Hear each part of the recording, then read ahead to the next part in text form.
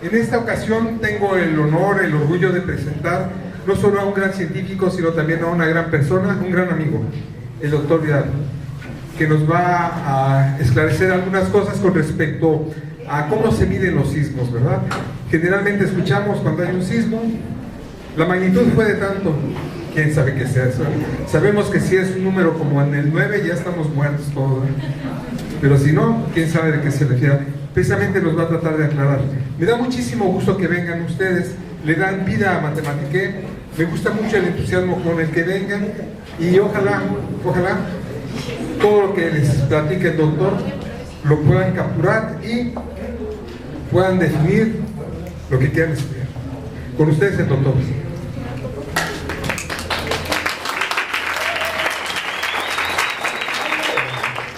Muchas gracias, muchachos. Espero que les guste esta plática. El propósito de esta plática es dar respuesta a esa pregunta: ¿qué es la magnitud Richter?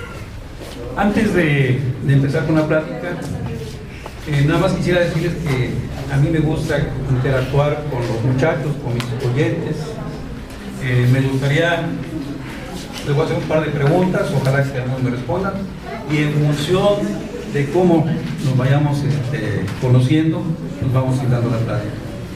¿De dónde son ustedes, muchachos? Cebetis. ¿Pero de cuál Cebetis?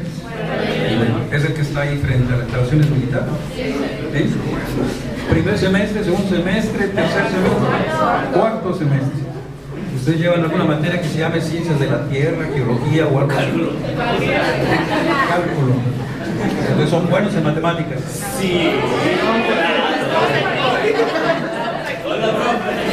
¿Y por aquí también son de la misma escuela? ¿Sí? Muchachos, cuando... Saben ustedes que vivimos en una zona sísmica, ¿verdad? ¿Qué es una zona sísmica? Es un lugar muy propenso a tener sismos. Lugar propenso a sentir los efectos de un sismo, ¿verdad? No sé si ustedes hayan escuchado en las noticias cuando ocurrió un sismo que probablemente ustedes lo sintieron en abril de 2010. Era un 4 de abril, eran alrededor de las 3 de la tarde, 3:30. Ocurre un temblor y en las noticias se oye algo como lo que les voy a platicar.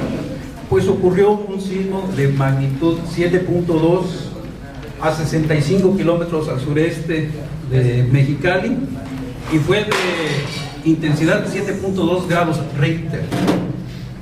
El epicentro estuvo localizado a 65 kilómetros al sureste de Mexicali. Es lo que nos dicen las personas que dan las noticias. Ahora, yo quisiera preguntarles, quisiera que me respondieran dos de ustedes. ¿Entienden todo eso? ¿No? ¿Sí? ¿Qué entienden de eso?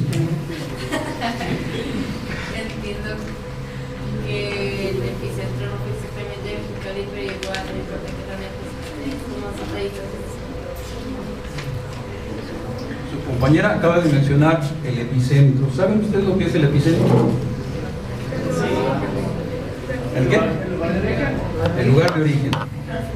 Bueno, ahora me voy de este lado. Se mencionó por ahí que era de intensidad 7.2 grados Richter. ¿Qué entendemos por eso? ¿Alguien quiere intervenir? ¿No? ¿Nadie? Fue por la fuerza en la que se movió la Tierra. Fue por la fuerza en que se movió la Tierra. Bueno, nos quedamos con esas dos respuestas y vamos a ver qué tan ciertas son esas respuestas, ¿verdad? Fue la fuerza con que se movió la Tierra, fue el epicentro, no importa dónde esto ocurrió, dice su compañera, aquí que no estábamos muy retirados. ¿Sí? Vamos a ver.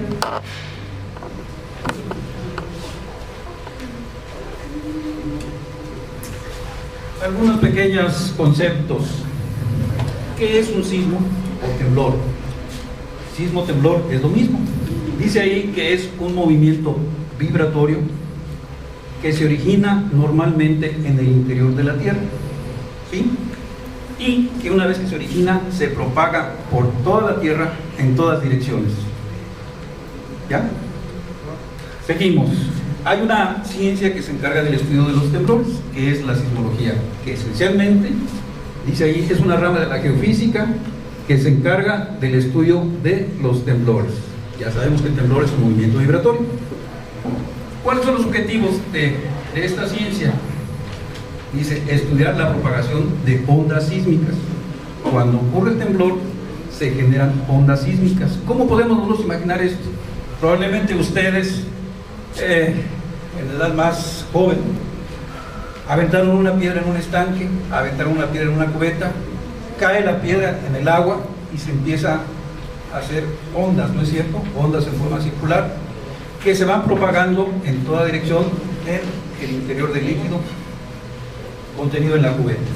Pues algo parecido ocurre cuando se genera un sismo. Y aquí nos dice que se generan esencialmente tres tipos de ondas. Una onda P, que es la onda primaria. Una onda S, viene después de la P, se le llama onda secundaria. Y finalmente una onda L, se le llaman ondas superficiales. Se les llama ondas superficiales porque son las que viajan por la parte más superficial de la Tierra. Y a veces este tipo de ondas son las que pueden generar el mayor tipo de efectos o de daños en casas, en estructuras, en edificios. ¿Cuáles son todos los objetivos? Bueno, entender por qué ocurren los temblores, cuál es su origen, por qué se generan los temblores. Y uno muy importante, prevenir daños. Entonces, esencialmente, esos son los tres tipos de objetivos que tiene la sismología. Ahora yo les pregunto, también es muy probable que hayan escuchado, ay, pues sentí un sismo en forma trepidatoria o fue oscilatorio, ¿cierto o no?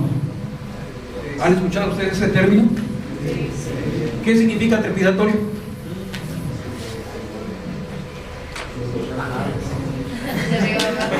Exactamente, ocurre esto y yo me muevo así. De hecho, ahorita cuando yo hago esto, sintieron ustedes la vibración, ¿no? ¿Cierto o no? El movimiento trepidatorio es un movimiento hacia arriba, hacia abajo, o es un movimiento que empuja y jala. Quizás si alguno de ustedes sintió un temblor, a veces sienten que lo empujan a uno o lo jalan hacia el interior de la Tierra. Ese es producido por la onda P. La onda S, aquí una de sus compañeras hizo esto. ¿Cierto o no? ¿Verdad que sí? ¿Sentiste tú algún temblor que te haya hecho que te movieras así? Pues sí. Ese es el tipo de ondas, de movimiento que generan las ondas S. Las ondas S, si yo viajo en dirección hacia el señor de los lentes, las ondas S hacen esto. Sube, baja, y otras se mueven así a los lados, sube, baja. Ese es el tipo de movimiento de las ondas S. Y luego vienen las ondas L. Las ondas L son las que viajan de nueva cuenta por la parte más superficial de la Tierra, y su movimiento puede ser de dos tipos. Uno, en forma de movimiento de viborita, ¿sí? La ola se va moviendo así, y esas ondas se les llama ondas Doppler. No son las ondas del amor, lo que pasa es que se les llamó así porque así se apellidaba un investigador Love, que fue el que las describió. Y hay otro tipo de ondas que son las llamadas ondas Rayleigh. Esas ondas se van moviendo así, en forma de elipses con movimiento retrógrado, pero de nueva cuenta el movimiento en dirección hacia el señor de los lentes, ¿sí? Esos son los tipos de ondas que pueden generar de nueva cuenta el mayor tipo de daños. Les quisiera hacer también que tengan la confianza de preguntar e interrumpirme en el momento en que ustedes lo consideren conveniente. El propósito de esta plática es ir definiendo ciertos conceptos para que naturalmente lleguemos al concepto de magnitud local, y como ustedes son expertos en matemáticas, ustedes lo van a captar rápidamente, ¿sí? Fallas geológicas en el noreste de México. Este sería un mapa del noreste de México. La península de Baja California Sur, el Baja California, el Golfo de California, por aquí debe andar Sonora y Sinaloa. Efectivamente, todo lo que ven aquí en este mapa, yo creo que la mayoría de ustedes ya llevó geografía. Tenemos aquí la latitud y la longitud, y lo que se ve aquí en estas líneas son las diferentes, le llamamos así, trazas de las diferentes fallas geológicas que hay en la región noroeste de México. ¿Dónde estamos nosotros? Nosotros estamos aproximadamente por aquí así, ¿verdad? Aquí está la falla San Andrés, muy seguro que ustedes ya la han escuchado mencionar.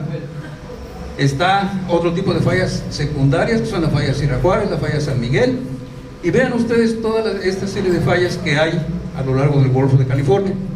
Y otra cosa importante es que para los que conocen Mexicali o viven cerca de Mexicali, aquí tenemos una zona que se le conoce como el campo geotérmico de Cerro Prieto.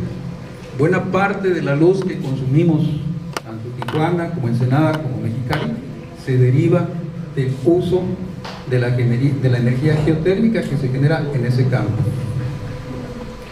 Entonces, ¿tenemos fallas en la región? Sí, las que estamos describiendo, y es necesario registrar la actividad sísmica producida por estas fallas geológicas. Las líneas o las flechas blancas que les estoy indicando aquí es el movimiento relativo que existe entre la placa de Norteamérica y la placa del Pacífico. Recuerden ustedes que la Tierra está formada, la parte más superficial, por una serie de placas, y el movimiento de las placas, de esas placas, nos lo explica la tectónica de placas. Nosotros vivimos en esta frontera entre dos placas, la placa de Norteamérica y la placa del Pacífico. La placa de Norteamérica se mueve en esta dirección, la placa del Pacífico se mueve en dirección noroeste, ¿verdad? Y esta es sureste. A veces nos preguntan, no sé si ustedes se han preguntado, ¿se va a separar la península de Baja California por un temblor fuerte? ¿Sí? Sí. ¿Por qué sí? No sé. No saben. ¿Por qué sí de este lado? Bueno, pues la respuesta es: la península se está separando aproximadamente 3 centímetros por año, y no se va a separar de repente, de un movimiento intempestivo, por un temblor de magnitud fuerte. ¿Por qué? Porque la energía, noten ustedes lo que estamos hablando, la energía generada por un temblor de magnitud fuerte no es la suficiente como para desprender la península. Esto inicialmente estaba pegadito, estaba junto, se está separando poco a poco 3 centímetros por año. Nosotros estamos por acá. Después de muchos millones de años, nosotros ya no vamos a estar aquí. Esta península se va a comportar como una isla, se va a separar del continente a la altura de San Francisco, de acuerdo a los estudios que se han realizado con una serie de aparatos que están colocados tanto en la parte de Estados Unidos como en la parte de aquí donde vivimos nosotros. Seguimos. ¿No preguntas? ¿Todo bien? Muy bien. Hablamos sobre fallas, pero ¿qué es una falla geológica? Lo tenemos descrito aquí.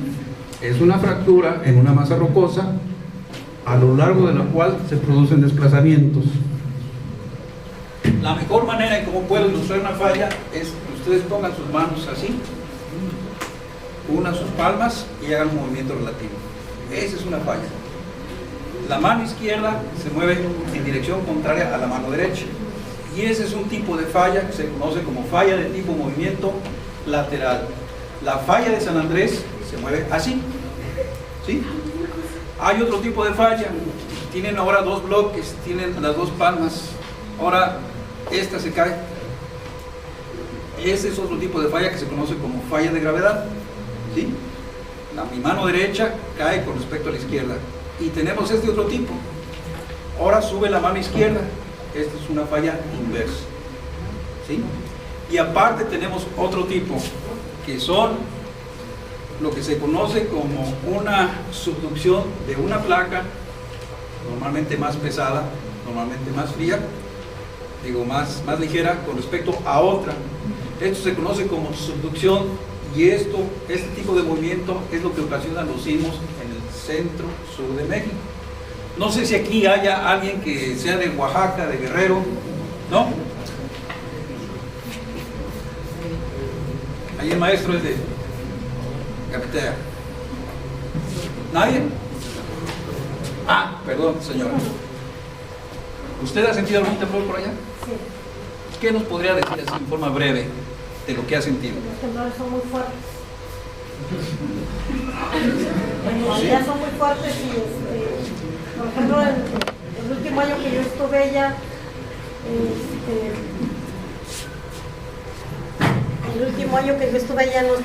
la vez que tembló, tiró los platos de la alacena, como si le hubiera empujado del lado de atrás de la alacena y los botó para enfrente. Fue el temblor más fuerte que yo viví allá en Oaxaca. Muy bien, gracias. Bueno, lo que la señora acaba de describir es uno de los efectos producidos por el temblor.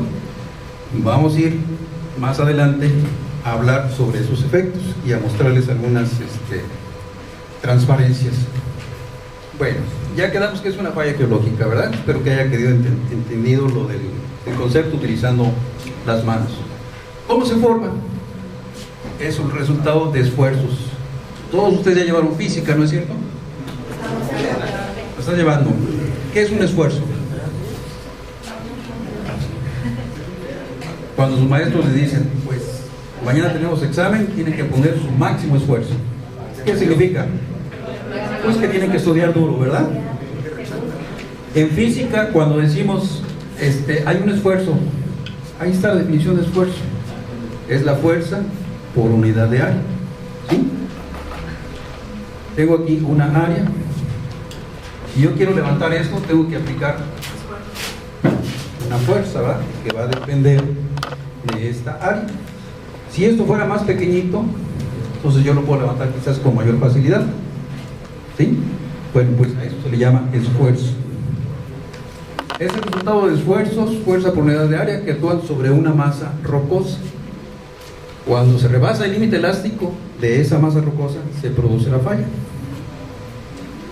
Fácil, cuando lleguen ustedes a su casa, si a alguno de ustedes les gusta comer pan, agarren la pieza de pan por la mitad y rómpanlo, ¿sí? Agarren su virote, rómpanlo así. ¿Por qué no ha comido virote, muchachos? Por favor. ¿Sí? Rómpanlo, ahí ya se formó una fractura. Ahora muévanlo en forma relativa, ahí tienen el ejemplo de una falla. ¿Sí? Sí pueden.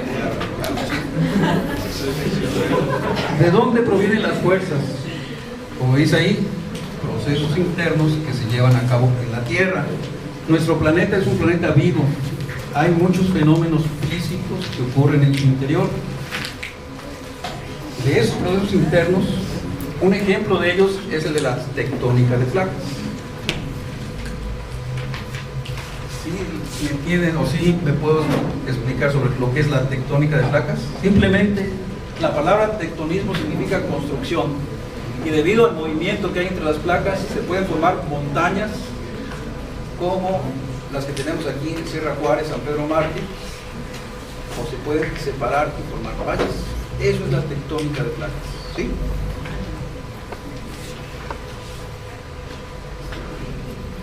Un ejemplo de una falla geológica normal.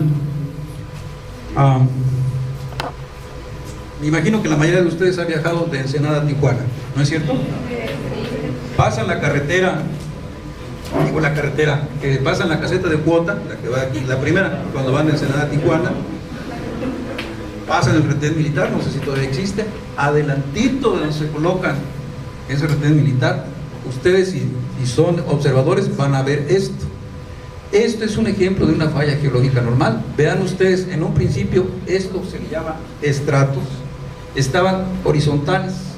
Vean ustedes que ya no están horizontales, este está más arriba que este de acá. Lo mismo en este caso, está más arriba que este de acá.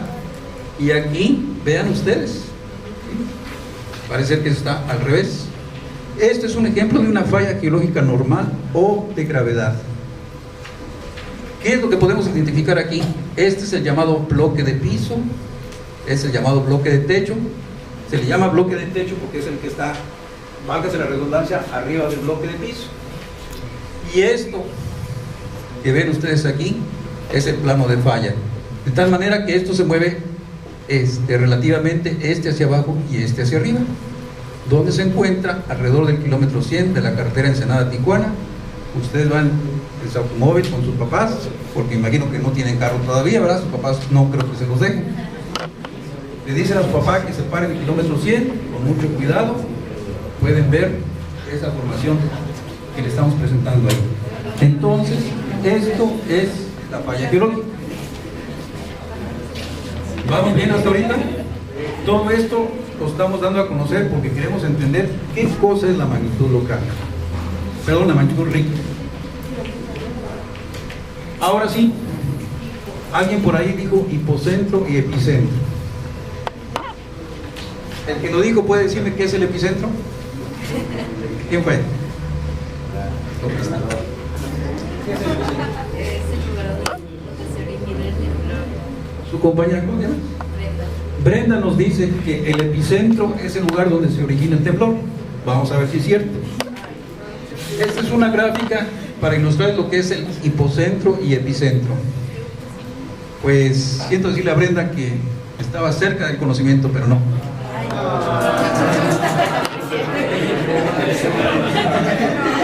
Pero por eso ella está aquí, por eso están ustedes también aquí. El lugar donde se produce el temblor se conoce como hipocentro. Noten, hipo significa por debajo de, ¿verdad? Y una línea, si proyectamos esto verticalmente hacia arriba, de tal manera que esta sea la superficie, esto es el epicentro. Aquí se genera el sismo en el hipocentro, se propagan las ondas en todas direcciones, viajan por el interior de la Tierra y llegan a un lugar o punto de observación que sería el sismógrafo. Este aparato va a registrar la onda P, la onda S y probablemente la onda L. Entonces, recapitulando, hipocentro o foco, lugar donde se origina el temblor. Epicentro, proyección en la superficie, proyección en la vertical en la superficie del hipocentro. Eso es el epicentro.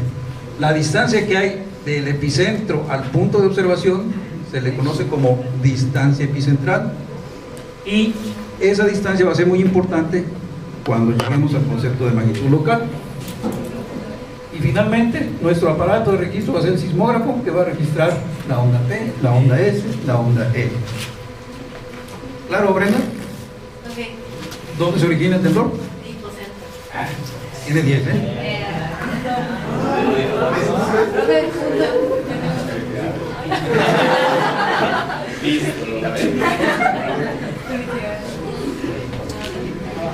Veamos qué más tenemos aquí.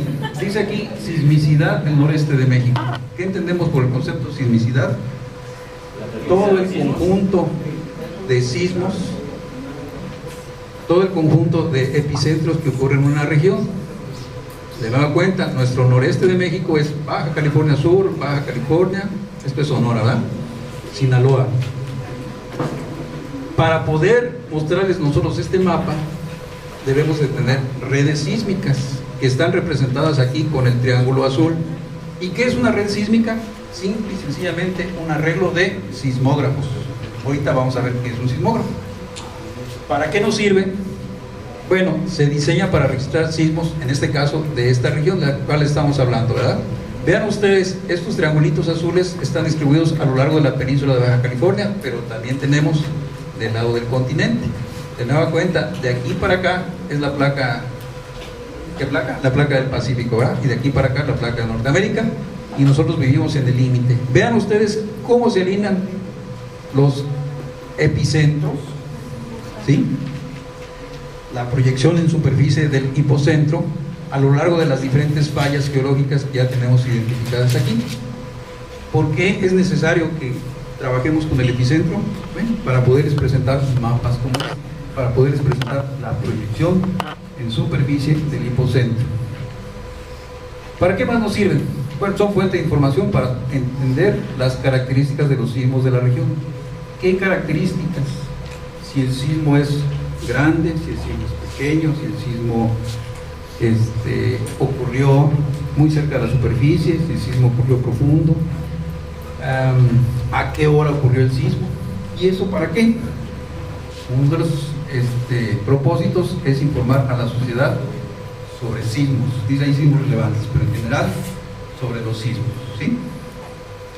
Entonces, pues qué bueno que están ustedes aquí. Por favor, como dice el comercial de un anuncio de televisión, pregúntenme, porque yo quisiera que ustedes de aquí salieran motivados y con un poquito de conocimiento de lo que estamos viendo, ¿verdad? Y espero que les guste. ¿Qué es un sismógrafo? Es el aparato que nos va a servir para registrar los sismos. ¿Cómo está formado? Está formado por un sismómetro más un registrador. Les presento aquí estas fotografías, ya son muy viejitas, de instrumentación que funcionó muy bien durante mis tiempos, les hablo ya del 70, 80, pero que ya es un equipo, pues ya con el uso de las computadoras, el internet, los aparatitos que ustedes utilizan, buena parte de la información ya la pueden ustedes concentrar en ese aparatito. ¿Qué es un sismógrafo? Es el aparato con el cual vas a poder registrar los temblores. Y está formado por dos partes, una que es el sismómetro y otra que es el registrador. Este es el sismómetro. ¿Qué forma le ven a esto? Vean, ustedes tienen un sistema, un resorte, tienen una masa. Esta masa se va a mover entre dos imanes. ¿Qué le recuerda a eso? Como un telégrafo. Hay más. Algunos de ustedes conocen los... Está muy cerca de tu respuesta, ¿eh? ¿Conocen los relojes de péndulo? Sí. Exactamente. Un sismómetro, perdón, no es más que un aparatito que se mueve en forma de péndulo. Cuando vean a ustedes en su clase de física, ustedes ya van a ser expertos, porque ya saben que ese movimiento lo van a utilizar para el sismómetro. ¿A algunos de ustedes les gusta cocinar? ¿No? A ver, ¿qué hace la mano? ¿A nadie le gusta cocinar? ¿Cómo te llamas? Marcos. ¿Cómo le haces para... Fíjate lo que te voy a preguntar, ¿eh? Cuando vas a hacer para la sopa, el jitomate, ¿qué es lo que haces? ¿Cómo lo mueles? ¿Cómo? ¿Sí? Es correcto, él lo muele con la licuadora. Ahí tenemos un proceso en donde tiene la licuadora. ¿Saben cómo funciona la licuadora? A ver, díganme cómo. La licuadora no es más que un rotor que se mueve en un campo electromagnético, donde ese campo electromagnético está generado por dos bobinas, perdón. Aunque en las bocinas no estoy tan mal, se da el fenómeno electromagnético. Entonces, espero que se estén dando cuenta que eso que a veces pues nos es muy aburrido, porque el maestro de física siempre quiere que hagamos la tarea y siempre quiere que resolvamos problemas, eso su maestro, agradezcanselo a su maestro, porque eso cuando ustedes lo aprendan lo van a poder aplicar en cosas como esta. ¿Sí? Ahorita seguimos con el ejemplo de la licuadora. Tenemos nuestro sismómetro, es el que va a detectar las ondas P, S y L, y tenemos nuestro registrador. Este es un ejemplo. Esto que ven ustedes aquí son registros de sismos que vinieron posteriores a la ocurrencia del sismo grandote del 4 de abril.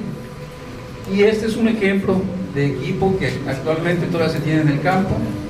Tenemos una grabadora digital, tenemos 3 aparatitos que van a registrar el movimiento del terreno, y tenemos esto, está contenido dentro de esta cajita. Tenemos un panel solar y una antena de transmisión. En una estación sísmica debemos registrar 3 tipos de movimiento. Uno, el movimiento vertical, como ustedes bien dicen, movimiento trepidatorio, y 2 movimientos horizontales, uno en dirección norte-sur y otro en dirección este-oeste. Nada más por pura curiosidad, quisiera saber que me dijeran ¿dónde está el norte geográfico?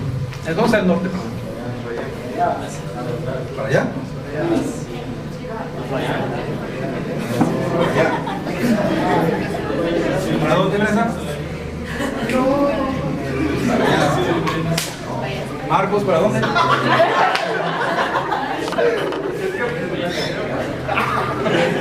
¿Para dónde? ¿Compañero, por allá? Bueno.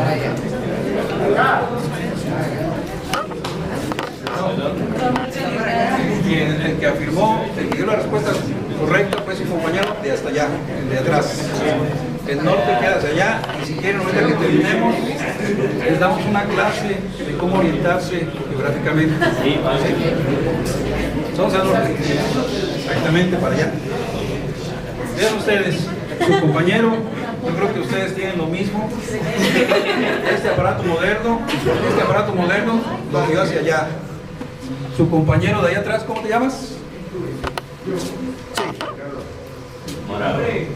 ¿Edgardo? Ricardo. ¿Cómo lo hiciste, Richard, para saber que el norte es hacia allá?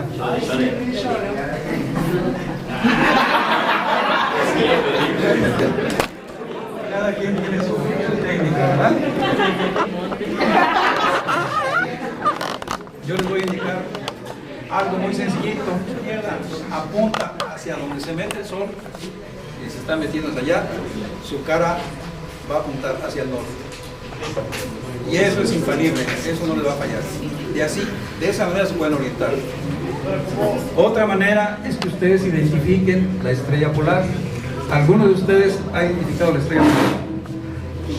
¿No? ¿Sí? Bueno, aquí el maestro Gametea ha identificado. Muchachos, yo lo que ahorita les pido es que hagan ese experimento, si quieren, ahorita lo hacemos antes de que se meta el sol. Vean ustedes. Ahorita lo vemos, lo que pasa es que... Y que también aprendan a ver un poquito las estrellas, aprendan a interpretarlas, ¿sí? Eso les va a ser de mucha utilidad. Seguimos.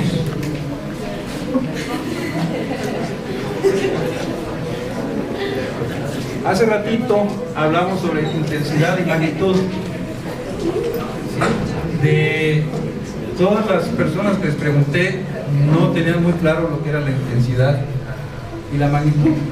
La intensidad, como dice ahí, es una medida entre comillas, de los efectos producidos por un temblor. La magnitud se basa en que la amplitud de las ondas sísmicas es una medida de la energía liberada en el hipocentro. Conceptos: intensidad, medida de los efectos producidos por un temblor. Nos acordamos de lo que nos acaba de describir.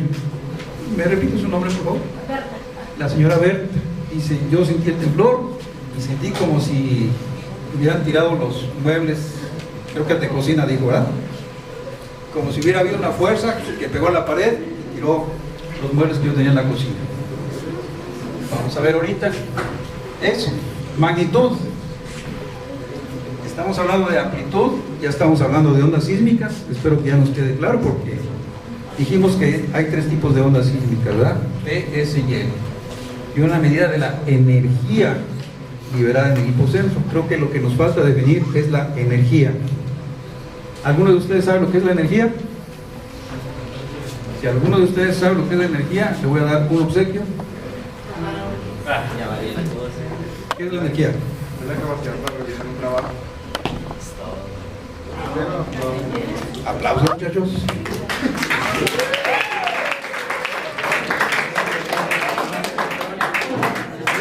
Ahorita no, ya más.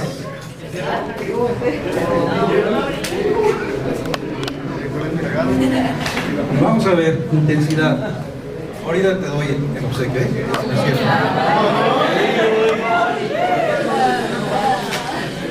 Intensidad. Vean ustedes lo que reportaron varias personas que sintieron los efectos del sismo. Se le conoce como el temblor en Mayor Cucapá de abril 2010, magnitud 7.2. Las paredes crujían, las lámparas oscilaban. Esto, si ocurrió un temblor, esto va a empezar a oscilar. Se fue la luz, salimos casi todos los vecinos, se observó polvo, Para las personas que venían viajando de la carretera Mexicali-Tijuana, es lo que reportan, una polvadera enorme. Y hubo algo que se reportó, que es la licuación del terreno. Y ahorita retomamos el ejemplo de la licuadora. Escala modificada de Mercalli, en forma abreviada. Esta escala tiene 12 valores, así como lo están ustedes viendo en números romanos. Vamos a ver algunos de ellos. El número 1 romano, si ocurre temblor, es imperceptible. En la intensidad 5, mucha gente despierta, los árboles y postes se balancean. Número 7, daños ligeros en estructuras de buen diseño. Y así sucesivamente. Vean ustedes lo que pasó en este edificio. Con base en eso que están ustedes observando, díganme cuál fue la intensidad de este temblor en este sitio. ¿Cuánto? ¿Cuánto, Marcos? ¿Serio? 7 u 8. Daños considerables en estructuras de construcción pobre. Esta no es una estructura de construcción pobre. Mira, si te fijas, ha de tener buenas columnas y lo único que se cayó fueron los plafones. De 8 a 9. Daños severos en edificios. No. Probablemente sí. Entre 8 y 9. ¿Sí? Esa fue la intensidad en este sitio. Pero de nueva cuenta, esta intensidad va a depender de lo que ustedes observen. De este lado, ¿qué intensidad le asignarían a ese temblor en este sitio? 9, 7.2, 8 daños ligeros en estructuras de buen diseño. ¿Sí? Pueden probar. Alguien por ahí dijo 7.2, ese número es incorrecto. Y ahorita van a ver por qué. Aquí dice magnitud. Efectivamente es magnitud 7.2, pero la magnitud tiene que ver con la energía del sismo. Y en el caso de la intensidad tiene que ver con los daños que ocurren en el terreno, los daños que percibimos nosotros, los efectos que percibimos nosotros. La escala de intensidades es una escala subjetiva, depende de cada uno de nosotros, depende de quién lo reporte. ¿Sí? Por eso cuando ustedes escuchen decir a algún locutor, fue un sismo de intensidad 6.2 Richter, pues el locutor no sabe lo que está diciendo. Ustedes sí.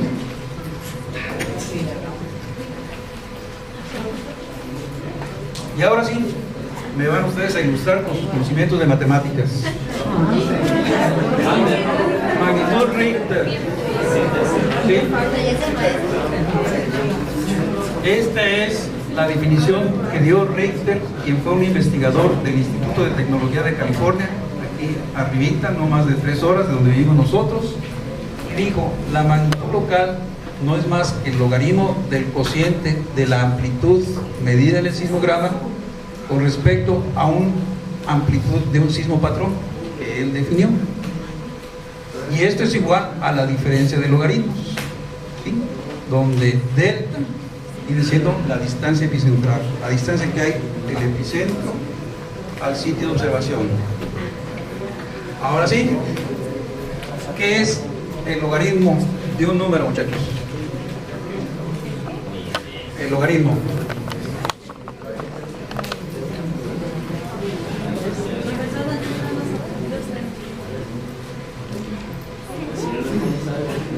Esperando tu respuesta.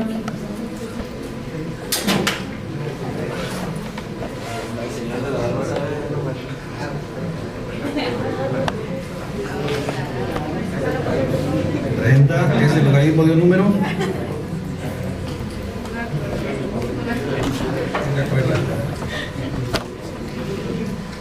De aquel lado el logaritmo de un número.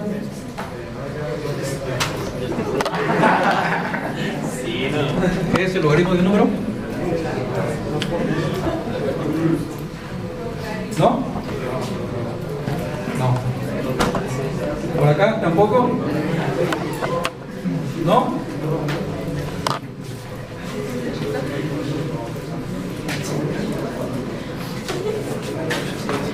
Estoy esperando su respuesta, ¿no? Mándeme.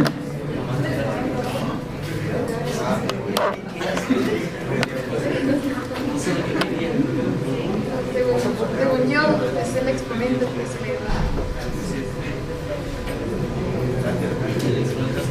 Su compañera acaba de decir que el logaritmo de un número es un exponente al cual se le da una base.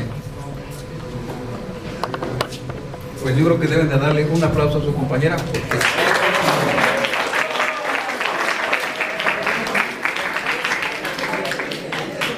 ese es el logaritmo de un número. Y hay unos números muy usuales cuya base es el número 10. Yo les pregunto, ¿cuánto es 10 elevado a la 0? ¿Cuánto?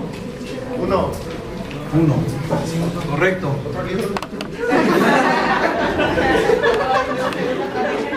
Sí, está bien, ahorita. ¿Cuánto es 10 elevado a la 1? 10. ¿Cuánto es 10 elevado a la 2? 20.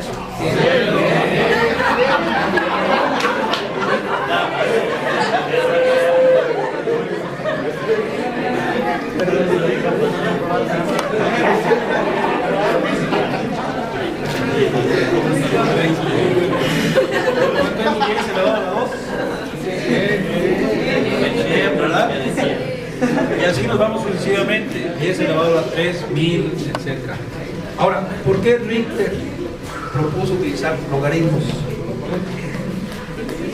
Todos ustedes ya saben hacer gráficas, ¿verdad? ¿Sí? Por ejemplo, si yo ahorita, ¿por qué no se lo llevan de tarea?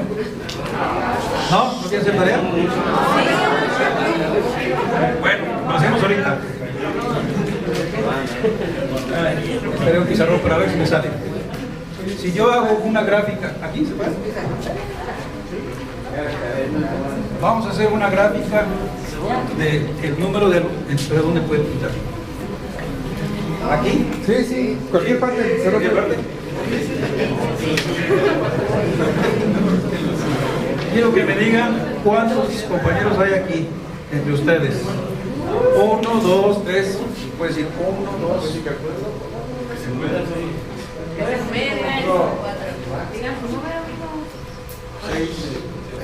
7, 8. 10.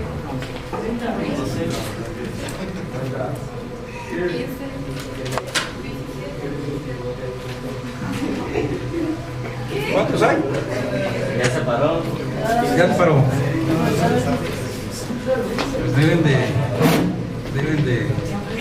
fíjense, deben saber cuántos hay ustedes aquí. ¿Qué pasa si ocurre un temblor y todos salen corriendo? Y algunos de ustedes se caen. Bueno, vamos a suponer que hay 20 aquí.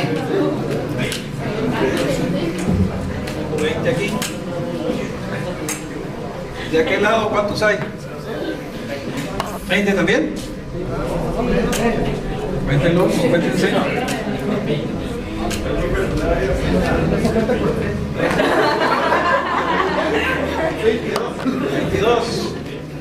22. Vamos a suponer que la siguiente plática es mucho más interesante y que llena todo este salón y hay 250 alumnos. Si yo utilizo esta misma escala de 20, ¿me alcanza el pizarrón para poder graficar los 250? No, ¿verdad? Probablemente aquí iría por el 100 y no me alcanza, ¿verdad? ¿Qué pasa si trabajamos con logaritmos? ¿Cuánto es el logaritmo? Este es, pongámosle 1. ¿Cuánto es el logaritmo de 1? 1 por 10 a la 0. Más cerca. ¿Cuánto es el logaritmo de 1? Recuerden la definición que nos dio su compañera. Dice, es un número al cual hay que elevar la base. ¿No? ¿Cómo dijo? Un número al cual hay que elevar la base. ¿Cuál es el logaritmo de 1? El logaritmo de... Sí, 0, ¿verdad? Sí. 0. Dijo 0. ¿Cuál es el logaritmo de 10? 1. A la misma escala, esto sería así. ¿Cuál es el logaritmo de 100 de los muchachos que vienen? 2.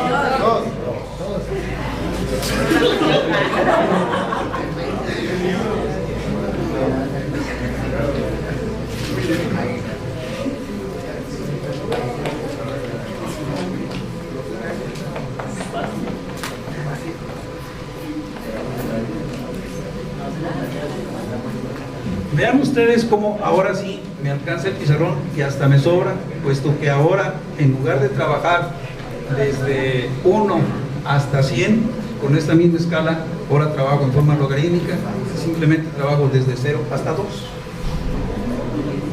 Esa es la ventaja de trabajar con logaritmos. Y eso fue lo que visualizó Richter. Richter registró temblores muy pequeñitos, de amplitud muy pequeñita, y temblores grandes, muy grandes. Si él hubiera trabajado con una escala lineal, simplemente no lo podría haber hecho. Le faltarían hojas de papel y a lo mejor toda una cuadra para poder graficar. Sin embargo, trabaja con logaritmos y vean ustedes, desde 0 hasta 2. Entonces, en la siguiente plática, que va a ser bien interesante, si esta es la plática 2 y la siguiente es la plática 3, pues ahí tenemos esta, ¿verdad? Y en esta plática, pues antes son 20 aquí, más 20 ahí son 40. ¿Cuál sería el logaritmo de 40? Si alguien tiene una calculadora, a lo mejor andamos por aquí así, ¿no? ¿Cuánto es? 1.6.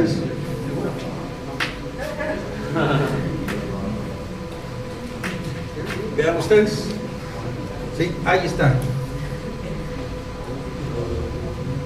¿Sí? Esa es la gran diferencia de utilizar logaritmos, o la gran ventaja de utilizar logaritmos. Por un lado. Por otro lado, ¿qué significa el cociente de dos números, muchachos? Creo que ya me estoy excediendo. ¿Qué significa cuando ustedes dividen, por ejemplo, 4 entre 2? ¿Qué nos decía nuestro maestro? ¿Cuántas veces cabe un número en otro? En este caso, ¿cuántas veces cabe el 2 en el 4, verdad? ¿Cuántas veces cabe? 2 veces. Es lo mismo que hizo Richter aquí. Richter, cuando ustedes hacen el cociente de un número, están viendo qué tan grande o qué tan pequeño es ese número con respecto al que están dividiendo. Es exactamente lo mismo que hizo Richter.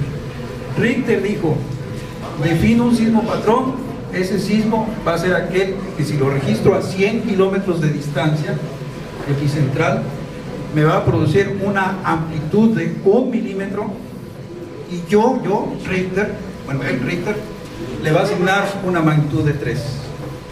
Y todos los demás temblores los cuantificó, midió su tamaño con respecto a ese sismo patrón. Así de simple. Simple y sencillamente es una comparación de operaciones, muchachos, que ustedes ya conocen o van a conocer. Cociente, logaritmos. ¿Sí? No tiene gran ciencia. ¿Dudas, preguntas? No. Energía.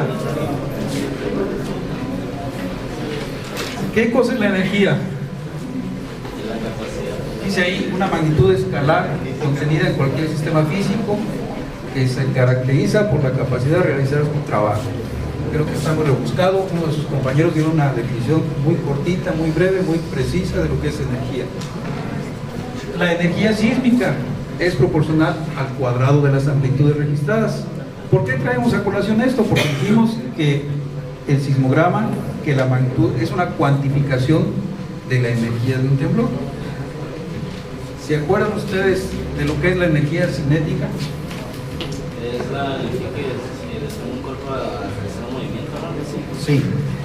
¿Te acuerdas más o menos de la fórmula?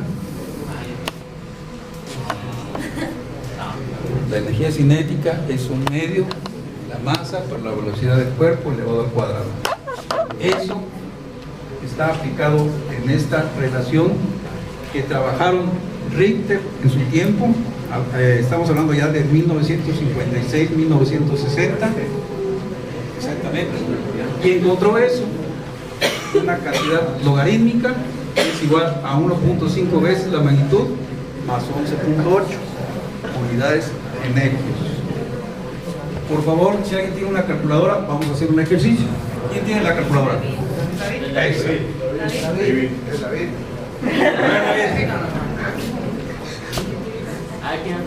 Dime por favor cuánto es el logaritmo. Aquí falta poner S, logaritmo de energía sísmica. Supongo que M vale 6. Alguien ayude a David anotándole. ¿Cuánto sale el logaritmo de la energía sísmica? Si M vale 6. ¿No la sabe usar? Oye, David, hombre, pues hasta yo sé usar el iPhone.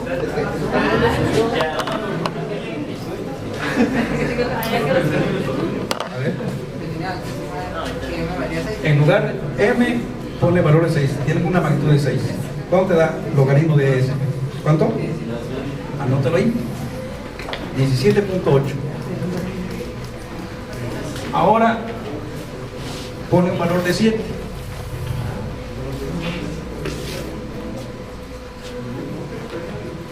Ya me lo acabamos, ¿eh? ¿Cuánto? Sí. Ahora saca el antilogaritmo. El antilogaritmo cuando magnitud es 6 y cuando la magnitud es 7. O sea, el antilogaritmo de los valores que tú me diste. ¿Cómo se usa? Ah, no me entendías. Maestro, porque nos ayuda, ¿verdad? Nos ayudas a tu. Si ese número llévalo a ese número. Lo que quiero ilustrarles, muchachos, ahorita que nos den el resultado, es que si un sismo es de magnitud 6 y lo comparamos con un sismo de magnitud 7 en cuanto a la energía liberada, la energía de un sismo de magnitud 7 es 32 veces mayor. Pero si comparamos la energía liberada por un sismo de magnitud 8 con un sismo de magnitud 6, la energía es 1000 veces mayor. ¿Sí? O sea que no es tan proporcional eso de lo que expulsa cada sismo. Por ejemplo, uno de un grado, por así decirlo, y dijo, ¿no?, que había diferencia de 32, ¿no? Sí, en la energía liberada. Entre el del 6 y de 7. El de 6 y de 7. Pero si fuera uno de 6 y otro de 8, no es un 64. No, 64. Por así decirlo, multiplicado por algún exponente diferente, ¿no? Y es a la 1.5 en un caso y es 10 a la 3.0 en el otro, que es lo que quiero que termine aquí. Entonces, la liberación de la energía de un sismo de magnitud, de 2 órdenes de magnitud superior a otro, es 1000 veces mayor, muchachos. Por eso, cuando sienten un sismo de magnitud 6, pues a lo mejor sienten cierto efecto, ¿verdad? Pero si ese sismo es de magnitud 8, pues ahora sí que tengamos mucho cuidado. Tengamos mucho cuidado, porque la energía liberada es enorme. ¿Salió?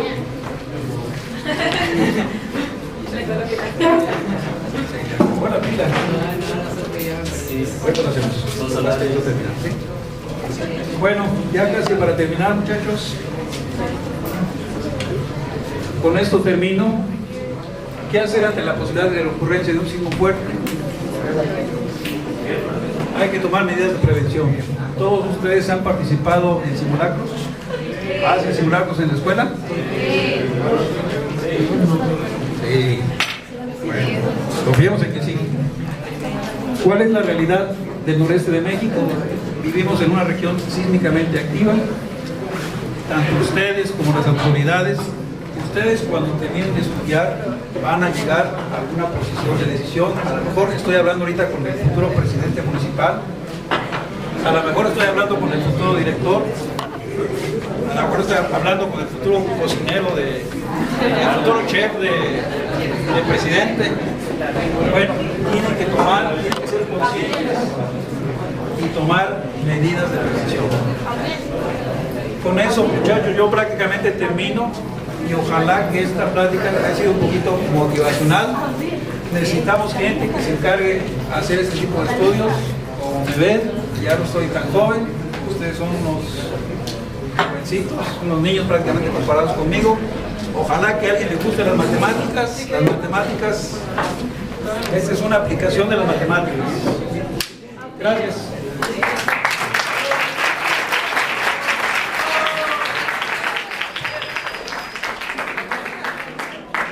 Jóvenes, se abre una sesión de preguntas y respuestas. Si alguien tiene alguna pregunta que hacer.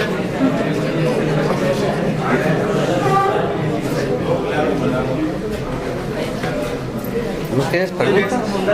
A ver, dígame. Como un dato nada más. Doctor, como un dato nada más, por así decirlo, ¿no? Un sismo de algún grado reflejado en la energía que, no sé, equivale en una bomba atómica. ¿Cuánto sería o algo así?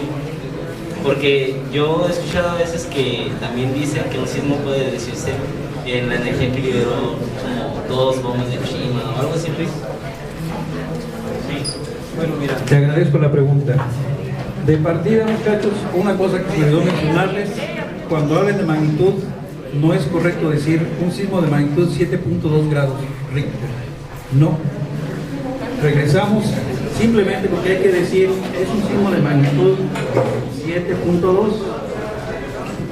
¿Por qué? Porque la magnitud no tiene dimensiones. Si ustedes dividen milímetros entre milímetros, se cancela. ¿Sí? Entonces, cuando alguien les diga un sismo de magnitud 5.6 grados, está incorrecto. Debe decir nada más un sismo de magnitud 5.6. En cuanto a la energía liberada, efectivamente, no tengo yo ahorita el dato, pero se hacen comparaciones de la energía liberada por un sismo, comparada con la liberada por una bomba atómica. A mí, te puedo dar el dato, pues, te puedo dar la dirección de la página de internet para que cheques esa inquietud. A mí en particular no me gusta hablar de eso. Te voy a decir por qué. Porque en el caso de las bombas atómicas son cosas hechas por el hombre y normalmente son destructivas. En este caso, simplemente la ocurrencia de los sismos es evidencia de que nuestra Tierra está viva y que la mayoría de los efectos producidos por ese temblor son ocasionados por nosotros mismos, porque construimos en lugares inapropiados, porque construimos cerca de fallas, porque no sabemos el terreno en el que estamos ubicados y aún así vamos y construimos. Por eso. Pero te doy el dato para que compares. Gracias. ¿Alguna otra pregunta, jóvenes?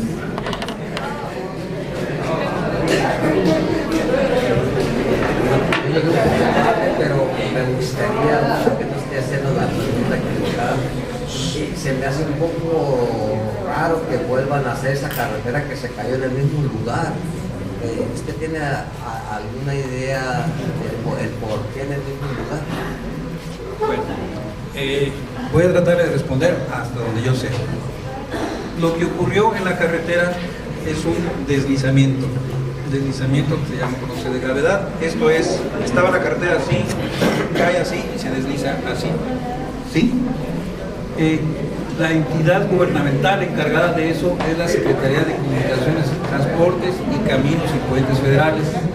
Ellos son muy reservados en su actuar, en su toma de decisiones. Ahí tenían varias opciones. Una, construir la carretera donde mismo, poniendo las mayores medidas de seguridad, que creo que es lo que están haciendo. Otra, desviar la ruta de la carretera. O la otra, o tener ubicado bien el deslizamiento y construir un puente. Parece ser, por lo que usted me está diciendo, de que decidieron ubicarla en el mismo lugar, nada más van a cambiar el trazo, ¿sí? Lo que le puedo decir es que ellos están construyendo, están consultando a ingenieros en geotecnia. El ingeniero en geotecnia es el que se encarga del estudio de los suelos, de qué tan firmes, de qué tan seguros son los suelos. Y pues si en un principio decidieron hacerlo así, pues es porque a lo mejor les convino más del punto de vista turístico y esperemos que tomen las medidas preventivas apropiadas. Lo que le puedo decir es de que sí es viable hacerlo así, con una ruta similar, siempre y cuando se asiente en la parte más firme y se tomen todas las medidas. Pero hasta ahí le puedo decir. Gracias. Jóvenes, ¿alguna otra pregunta? Sí, pueden aplaudir.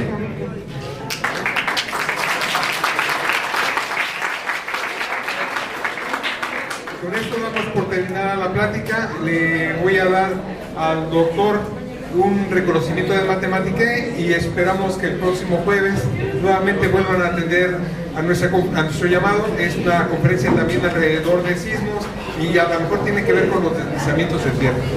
Muchas gracias por su presencia, nos vemos la próxima semana. Muchas gracias.